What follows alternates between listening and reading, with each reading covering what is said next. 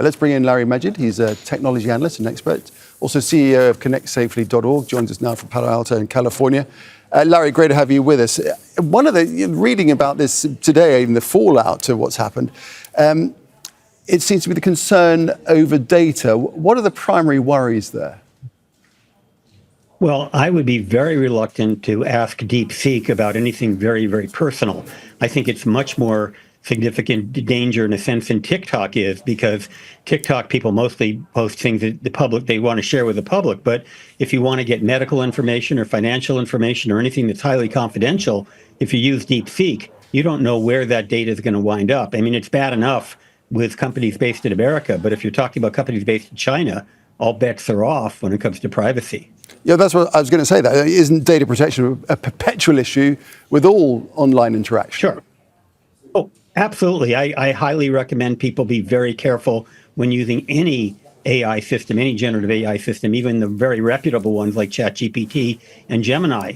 But again, I mean, if the Chinese are out there getting intimate information from individuals, because people use generative AI to ask medical questions, to ask financial questions, to talk about their relationships. A lot of very private information flows into those systems, much more than on TikTok.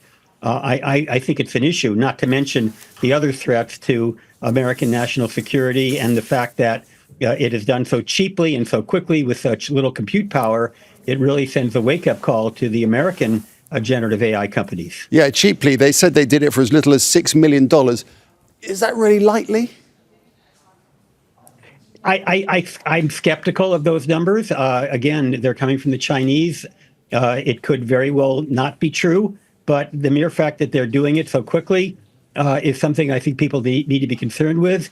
I wouldn't call this exactly a Sputnik moment, but it reminds me of when the Russians put the first, person in space or satellite in space, I think, and it really got America going. Well, America needs to maybe up its game. We're doing very well in generative AI, but maybe we need to do even better to stay ahead of the Chinese, if that's indeed the goal of the administration and the American technology industry. Yeah, Donald Trump had called it a potential positive, which was an interesting way of putting it. But how much of a setback is it for the AI tech industry in the United States?